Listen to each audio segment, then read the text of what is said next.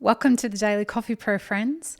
Today is episode 2 of a 5-part series that is focused on selling your coffee brand online. Selling, whether it be a physical product like roasted coffee or a bottled beverage like I have with Elixir, or it's selling a service online. That could be a consulting service or a coaching service or whatever that is. So this series is about that. Today, we're specifically focusing on what you'll need to get started. So what are the assets that you'll need to get started selling your coffee online? And this is something that I'm asked by lots of people, so I thought that I would address it in a series here on the Daily Coffee Pro. Before we get started, if you are going to be in Coffee Fest, if you're going to be in New York for Coffee Fest this weekend, March 9th, 10th and 11th, please know that Coffee Fest has not been cancelled and that you can hit us up to come to the leadership and culture course. It's called Foundational Leadership and Culture in the Hospitality Industry.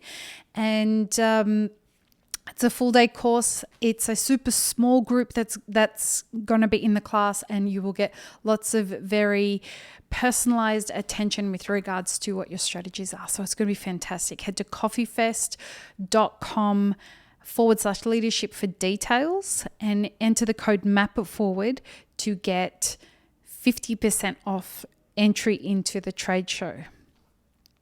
Also, if you are looking for ways to prepare for the consequences, so the disruption that's being caused by the coronavirus, the window for you to prepare is quickly closing.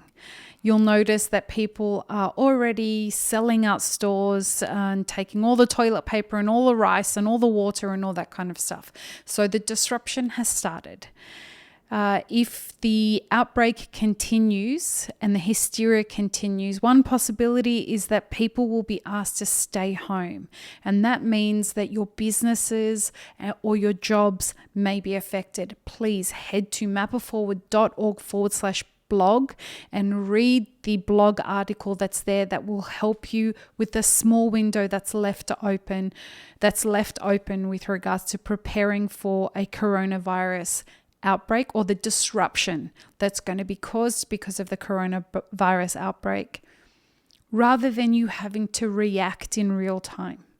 It goes into detail of things that you should be thinking about and considering in that situation. So on to today's topic. The things that you'll need in order to get started with an online store. Now we're going to cover 2 different things today, kind of related. The actual things that you'll need to get started and the things that you'll need as a baseline to grow from your starting point. Okay, so let's start with the things that you'll need to get started. First of all, you'll need the same thing that you'll need for a brick and mortar business. So you'll need to understand what your concept is, what your brand is, and what your culture is. Once you've got that, you need to understand what your product is. So all of those things come together to make what your product is. Now, for more detail on that, head to the series that we did on your coffee brand.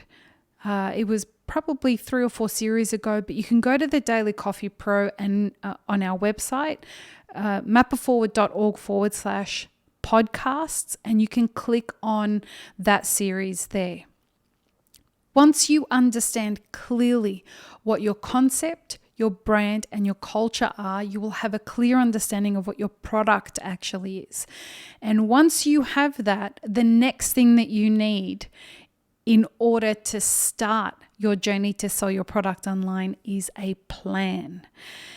It may seem fundamental and rudimentary to point this out, but selling online is a different beast to selling in person. So while you may be getting foot traffic, if you have a brick and mortar place, you have to draw that foot traffic online to the next thing that you'll need, which is the fact that you need to lock down your digital real estate. And so what your digital real estate are your websites, your social media platforms, all the different places that you need to own that have your business name in it. So for example, with Elixir Specialty Coffee, we own the website elixify.me plus Elixir Specialty Coffee, and they all go to the same place.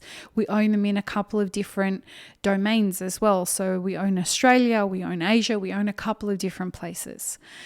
And then we have locked down our digital real estate for Instagram, Twitter, Facebook, YouTube, and Pinterest. That's the other one that we have. So we've locked that down. Then the next thing you need to do is lock down your email addresses. And you can do that through Google. Excuse me. Now, it's important to lock down your digital real estate as quickly as possible once you know and you've registered your business name. And it's important to do this so that you make sure, I'd even lock it down before you register your business name so that you know it's available. And this can be a really challenging thing because I hear a lot of people say, oh, I'm going to open a brand that's called Next Door Coffee, or I'm going to open a brand that's called Coffee Cup. And okay, that's great, but those names are gone. Those URLs, those domain names, they're gone. That leads me to explaining the next thing that you'll need with regards to, actually I want to take a step back with regards to your plan. When you are thinking about your release plan, your marketing plan, your PR plan, all of that kind of stuff, something that's really, really important to think about is your SEO, your search engine optimization. Now, if you were opening up a coffee shop and you were calling it Next Door Coffee, what you need to think about is, how am I going to get the foot traffic to my digital real estate? Well, the first thing that's going to happen is people are going to go into Google and they're going to type in the name of your business.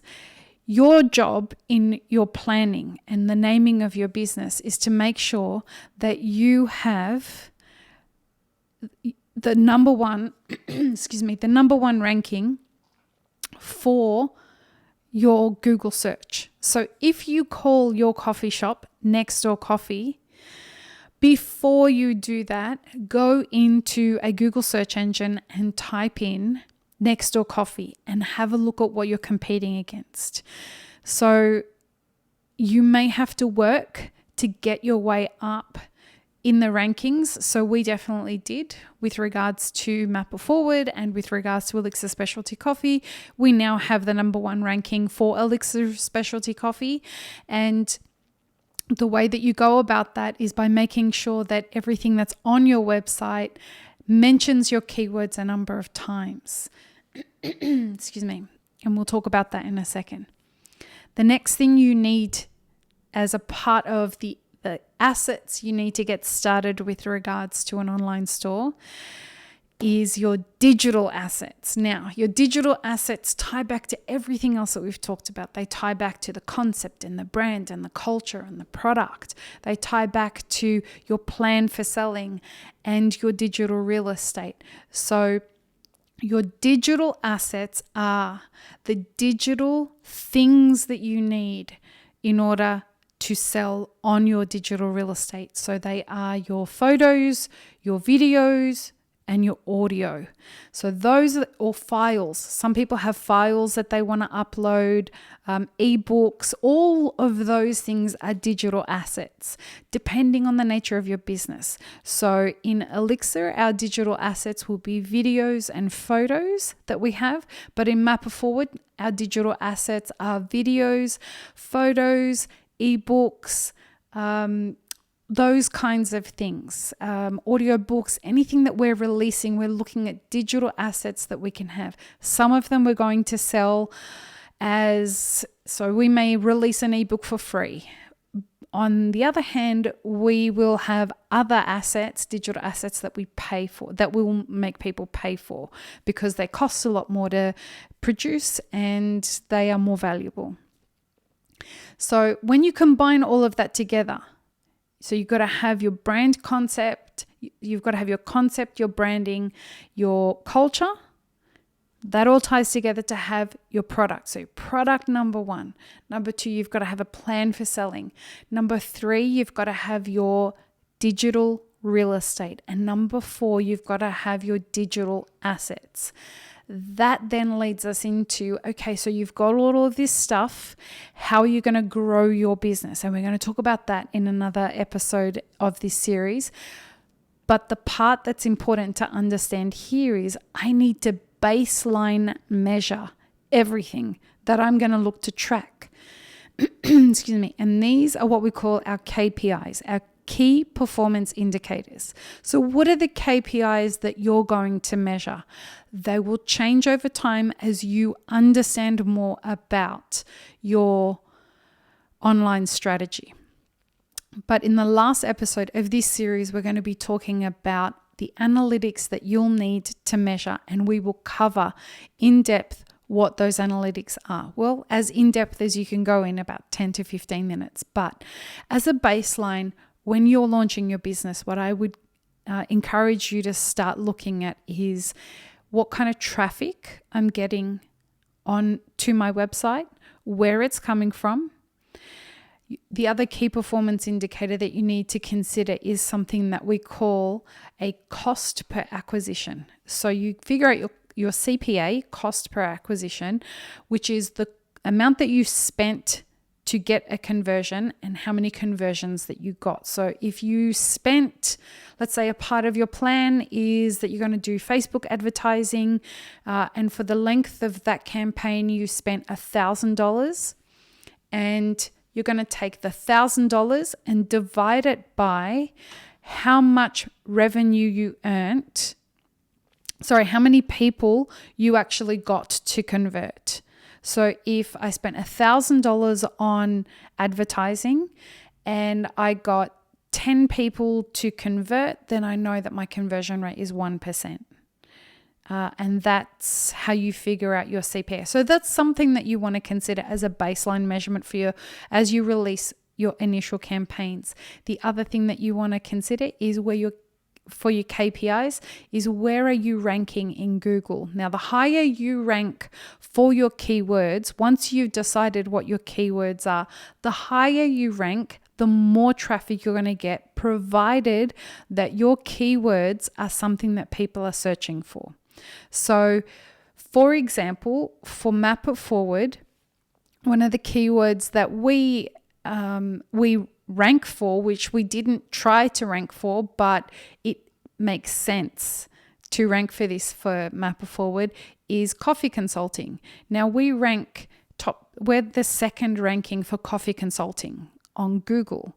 And as a result of that, as we climbed up with regards to coffee consulting, more traffic started coming to the article that we have out there called Should You Become a Coffee Consultant? And the more traffic that generates, the more people, because we've set up our website to have lots of content, our job once they land on that article is where else can we take them to give them information that's free that may help them.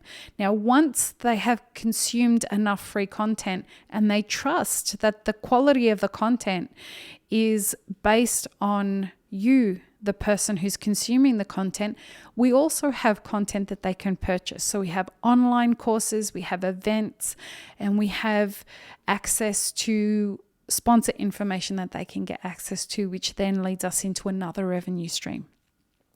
This is the kind of stuff that you need as the basics of starting an online business. If you have any questions or you need any help with this, you can always reach out and tap into our consulting services, mapitforward.org/consulting, and we'd be happy to have a chat with you.